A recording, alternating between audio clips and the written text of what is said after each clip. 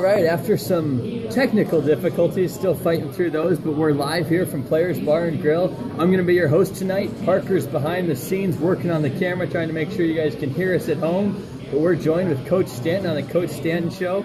It's been a while since we've talked to Coach, and since we've last talked, gotten off to a 2-0 start in conference. Coach, take us through that presentation game. Got off to a great start, 21-0, and then the lead sort of slipped away. Just take us through that first half. Yeah, the first half we played as well offensively as we have all year long. We got those 21 quick points, and we played the ball well. We ran the ball well. We did a good job on defense, getting some initial 3 and outs right away, and we were just very efficient that whole first quarter, and things were going very well. And it was almost like a little bit of a lull there then. And presentation to their credit, hit a couple big plays. The receiver played very well. They got on the board, got a touchdown, and then got to end up getting another one. And we really had a couple of 1-and-out plays. Had an interception and then a near pick six, and we just never really got very good field position. And it was a very tight game at halftime. There were some weird stretches. You talked about it with the safety, pick six drop, but turned into a safety. Offense really wasn't on the field much. Came out, did get an early score, give us a little bit of room, but presentation ultimately ended up in the lead. First time we've trailed in a while. Yeah, they battled right back, and once again, sometimes you have to credit the other team as well. I think they played very well. It definitely wasn't our best defensive game. We play well for 3 or 5 or 6 plays, and then give up a 3rd and long and give up a 4th and long. But good defense has got to get up the field and be able to do that, and we didn't do it enough in that game at that point in the third quarter. And third quarter they came back and did, like you said, took the lead, and to our guys' credit offensively, then the rest of the game we played very well. We drove it right back down, and Cody Johnson kicked a field goal and got us. Talking about Cody Johnson, he was the kicker of the week again that week, but that was kind of the first field goal.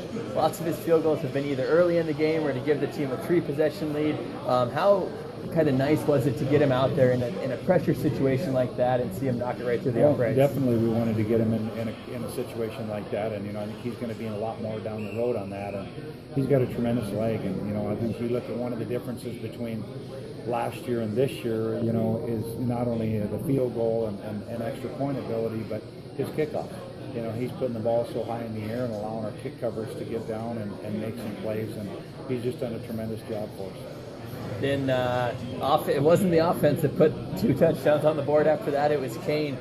Just take us through those plays and how important it is when the defense is scoring points. Yeah, Kane was playing corner in that game because Jay Liggins was still hurt and came back this last week. But the first one he just made a play on an out. They kind of went with a deep out, and he read it the whole way and picked it. And then of course Kane's got great speed. He's the conference champion in the 100, and once he got the ball on the sideline, he went and scored it.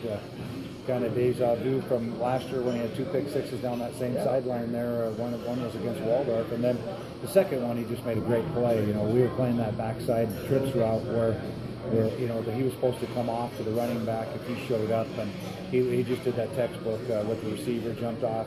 They tried to throw the running back in the flat, and he picked it off and ran back for 2 pick sixes, and that really broke the game open. And defensively we got some more stops after that, and offensively we just played a good game. Yep, Cody knocked in a field goal. That time it was to give us a 3-possession lead. Like we said, gave him Player of the Week. Also Player of the Week, Kane, with those 2 pick sixes.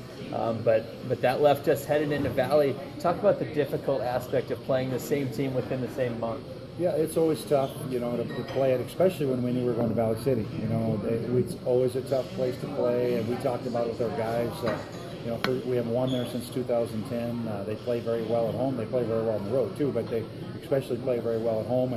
And it was one of those things that preparation was a big thing we pushed. We didn't think against presentation that we needed to be a little bit better prepared, and that was really our kind of our theme all week long, is that we got to be ready to play on the road, we got to be able to travel well, and we got to be prepared, and I think our guys did a great job at the Valley. Great defensive effort to start the game. I think I heard on the Valley call 6 total yards given up by the defense in the first quarter. Offense wasn't really getting things going, but the defense kept giving them opportunities. Just speak to the defensive effort that game and how that kind of allowed you to do some different things offensively to get that jump started. Yeah, that's the defense we kind of thought we'd have about 3 weeks earlier. You know, it didn't show up in the presentation game, and you know, that was the defense we thought we'd go with. You know, the first half, like you said, we were tremendous. Had a couple 3-and-outs and just did a great job of you know, tackling and really keeping them on a short field and forcing them to punt, and you know, just a total team effort. It was, you know, secondary did a good job. I think our front guys are getting in better shape, and our linebackers tackled well, and it was just a great team effort. You know, thing about defensively, once you get off that start, you know, you hope to have in a game, your goal is to the offense to have under 300 yards, and they were under 200 yards, and our defense just did a great job all the way through. But you know, especially the first half, setting the tone. Now, 3 points you put on the board early by the offense, kind of sputtered. You went ahead and made the switch at quarterback. Talk about kind of what went into that decision and what you saw after that decision that had to please you. Well, we were sputtering a little bit offensively, and we wanted you know, to try to give Hayden a chance to give us a spark there. And you know, obviously Kaler's been our leader, and he's been our captain, and he's been one of our guys, and he's still going to be one of our guys here. And we just wanted to make a change to try to, you know, open up that passing game a little bit. And then of course Hayden, you know, hit a couple of really nice passes, and you know, in that first half, and we got the score, and you know, things kind of went from there. And I think obviously the key play of the game was we go down and score the first touchdown, and you know, at the end of the half, getting that touchdown pass with 6 seconds left was really a huge play in the game. Yeah, for fans who weren't there, we got possession of the ball with minute 15, I think, in the second quarter. Ran Carson Mack, another freshman, a couple times. He got some yards and kind of decided it's time to go, see what you can do in the last 30 seconds. Hayden ended up 9 for 10 with 105 yards and 2 touchdowns there in those last 2 series.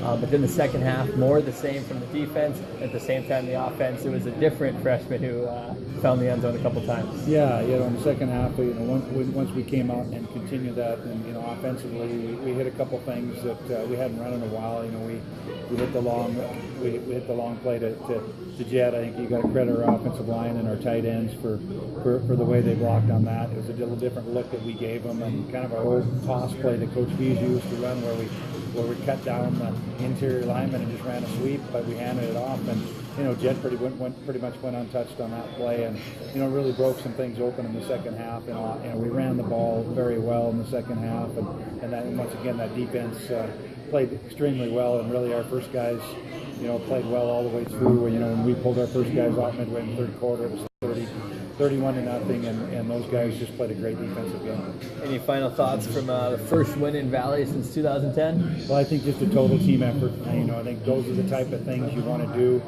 If you're going to be a good football team, you've got to be good on defense and hold the opponent down, and you got to be able to run the football. And we run for over 300 yards and have them over 500 yards in total offense. And obviously, it was just a great team effort, offensively, defensively, and special teams, especially going on the road in a place that's tough to play and playing very well. We're very pleased with the game. All righty, thanks, Coach. And now we're joined by some of our defensive captains. All right, guys. First off, go ahead and introduce yourselves. Tell us what position you play, where you're from, and what year in school you are. I'm Drew Johnson. I play inside linebacker from West Fargo, North Dakota, and I'm a senior. I'm Noey Tauave from Tauave. I'm a senior this year. All right, and on the D-line? Oh, and I'm a defensive lineman. Yeah, you are. None of the quarterbacks in the conference would forget. All right, guys, we're just going to get a couple quick hitters, get to know you and your teammates a little better. So first, favorite video game? I guess I'd have to say NBA 2K. NBA 2K. I believe I lived next to you 2 years ago it was, and heard some very interesting comments based on your 2K abilities. All right, favorite class? Favorite class right now? I guess it's hard to pick, right? Yeah. My international business class I'm taking right now is actually kind of fun. My teacher keeps it interesting and fun. Interpersonal communication, I have it with Parker. Okay. Worst singer on the team? Robert Noey, for sure. I gotta be me. All right, well, this might be you also. Best dressed and worst dressed? Best dressed. Guess I don't even know. Seth Morkirky's always looking fancy. He's my vote for worst. Come on. Who you got? I got Seth Morkirky as the best and Jamion as the worst. All right, guys. Favorite DSU memory? I think my favorite DSU memory for me is winning that conference championship last year. Hadn't done it in a while, and it was a good thing for us, a good thing for our university community. My favorite, Coach Hoffman. Going to practice every day with Coach Hoffman. Alrighty. Do you have any pregame ritual / superstition that you go to before every game? Definitely. I always try and hydrate really well, drink the same stuff, same Gatorade all the time. I'm always really superstitious about how I tape and how I stretch. Just weird little things that I always have to do. For me, I just gotta have my tape and not wash my hair. Okay, that's nice. Career aspirations. Right now, I'm double majoring in business administration, human resource management, and I'm not really sure where or what I want to do exactly, but I got about a year and a half left of school, and I know I'll know. For me, communication and minor sociology. I'm really looking into getting into the juvenile home and help the young youth. Sure, definitely. Teammate most likely to run for president. Well, Matt Purdue's not here anymore. I think that's already started. I think we got a bunch of really smart guys on our team, but I think maybe Seth Morkirky, maybe Kayla Ray. I don't know. Who you got? I say Kayla Ray. Yeah. Kayla Ray. All right. If you weren't playing football at DSU, you would be doing blank. Nothing. Probably not anything. Probably nothing. Probably working. Helping my mom out. Probably helping my mom out. Well, we're glad to have you guys. Biggest role model? My older brother for sure. A lot of things he's done. It's kind of inspired me. I try to be like him a lot in my life. My grandma. My grandma's my role model, but she's passed now. So. Okay. Teammate most likely to end up on the coaching staff. You guys are familiar with some of your old teammates as coaching you guys. So which one of you guys is most likely to end up on that coaching staff at some point? I think Colby Wharton might end up on that staff eventually. Yeah. I think Kayla Ray would. Kayla Ray's a good leader. There you go. I think he would. All right, guys. Now just kind of getting into yourselves a little bit more. Obviously, you're a local, not local, but North Dakota kid. Yeah. Talk about what it's been like to play for DSU since we talked about you didn't redshirt your freshman year. You've been here all 4 years. You played on those teams that were in the Frontier. Talk about how it's come full circle from your freshman year to where you're at now. My freshman year out of high school, I never envisioned myself coming to Dickinson, North Dakota. But, one thing led to another, and I'm here. And that first year playing in the Frontier was a rough one, going 1-10, playing those caliber teams, It's definitely eye-opening, what the talent that's out there and, going against those types of teams. And then, the freshman year ended, got into our own little conference in the North Star, and, we've just progressed every year and gotten better and better. And myself, I've grown a lot as a player, and it's been a lot of fun. Just, I've really enjoyed coming to DSU. Is definitely the best decision I could have made with my life. So. Noey, take us through. You probably, if he didn't think he was getting up in Dickinson, he was only 300 miles away. You surely couldn't have envisioned ending up in North Dakota. So take us through how you got here and how you've kind of transformed in your time here. For me, I really thought I wasn't going to play football ever again, but Coach recruited Sefa from last year, the D-line from last year, and then I kind of talked to Sefa and asked him if I get a chance to talk to the coaches, and he sent my tape out to the coaches, and then right away, Coach Markel, reached out and kind of gave me a chance. Coming to DSU is like a second chance, and everything that I ever, wished for and paid for, and Coach Stanton gave me that ability to, prove myself again, and I kind of built on top of the mistakes I've ever did and stuff like that. Now, both of you guys are captains this year. What have you kind of added? Not pressure, but added responsibility. How has that kind of changed the way you approach things on a daily basis? just trying to be more vocal and do the right thing. You know, you always got your people's eye on you, and just try and lead by example. I never used to be the most vocal person, but now I speak up a lot, try and break the huddle, and encourage guys and get them going when we need to, or if we're not doing what we need to, get after them. It's kind of like add on to what you said, kind of be that leader and kind of be like a voice for the coaches when they can't be there for the rest of the team and stuff like that. Now you guys were just kind of reminiscent. Only 5-6 games left on the schedule right now. What are your thoughts as you wrap up your senior year? What goals are still out there to achieve, and what are you hoping to get out of these last couple months playing football? For me, win every game that we have now, and take the conference again to where the conference needs to stay. And it's crazy because me and Drew just had this conversation on our way here, and it's just emotional every day as we get through these games and down to the last games and stuff like that. So. Yeah, it's crazy. It's flying by. I mean, we're already 5 games in.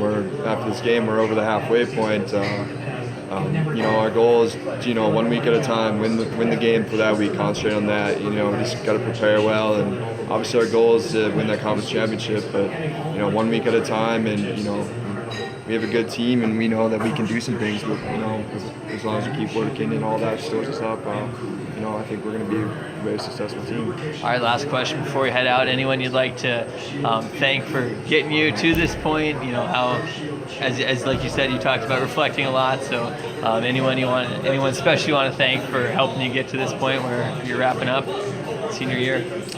I want to thank my family, especially my dad. First, my dad. I never came here, never ended up here, but he got me to come on a visit here, and I have him to thank. I have to thank Coach Stanton. He's the one who recruited me, and this is the best decision I've ever made of my life so far, and I loved every minute of it.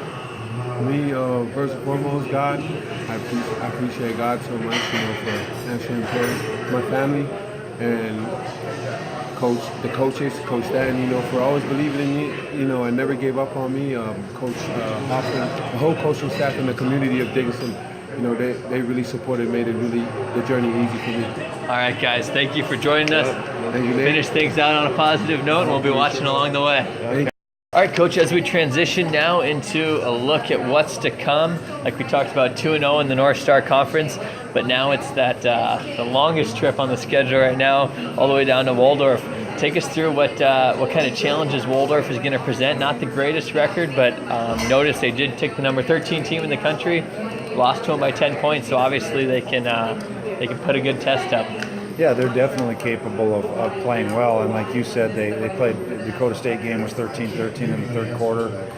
They played Kansas Wesleyan, who's a ranked team, very close. They have the ability. They're a much improved team over last year. Last year at the end of the year, they had some younger guys in there, and they did a good job recruiting, and they had a pretty good redshirt class. And if you look at them just initially, both offensively, defensively, athletic is the word that comes to mind. Their receivers are very athletic. They've got a very athletic quarterback. He didn't play this last week, but he'll be back playing against us. And very athletic running backs, good players. I think they're just young guys, but they're very capable. You watch them against Valley City, and they got behind Valley City a couple times and dropped passes, or had a couple long plays called back against Dakota State. So it's just been a little mistakes, but they're definitely capable, and we're well aware of that. Now, what's the kind of key to keeping things in your control when you're so far away from home, from just the logistics of the trip? Yeah, well, just staying on course, and our guys understand what's that task. And one of the things about having a lot of juniors and a lot of seniors on our team, although we have a lot of freshmen too, but we have a lot of those older guys. They understand what it takes, and like Drew and Noey were saying, we've been through some of the other end where we've been on some long trips and haven't played very well, and it's not a fun drive back. And they understand how well we have to travel, how we aren't ever going to use youth, or we aren't ever going to use travel as an excuse. We're just going to go get ourselves ready to play. Last time we were in Waldorf, I think it was a pretty crazy game. I remember listening to it. So some good memories there. Was that our first North Star win? Yes, that was the first North Star win that we had in 2014. It was one of those games that everything that could possibly go wrong went wrong. I believe we had 5 or 6 turnovers. I think we fumbled going in twice. We fumbled at our own 5 once. We fumbled a punt, at the end of the game, and gave them a chance to beat us. And then we had a goal line stand to win the game. So it was one of those games. That was really kind of a game that really, I'm not going to say it was a turning point in our program, but it was a big one a couple of years ago after, having a couple of tough years where we really did, won a close game, and we hadn't done that in a while, especially being on the road against a pretty good team. So it's good memories of going down there the last time. Now, the rankings, obviously, we're in them. That's a good thing. I know you've got mixed feelings about that. So just touch on the importance, but at the same time non-importance of what those rankings mean. It's a good thing for our program. It's for the people who are fans and our boosters and our people who really want to see Blue Hawk football do well. Like we all do, and it's obviously a nice compliment, and it's one thing we don't talk about as a team. We like Drew said earlier, we're just 1 week at a time. And I think the big thing with rankings, I've always said, is where you're going to be ranked when the season's done, and that's always the most important ranking of the year. But it is nice that and a good honor for our program. But we also know that we can't ever look in the rearview mirror. You can't ever pat yourself on the back, and that's when things don't go well.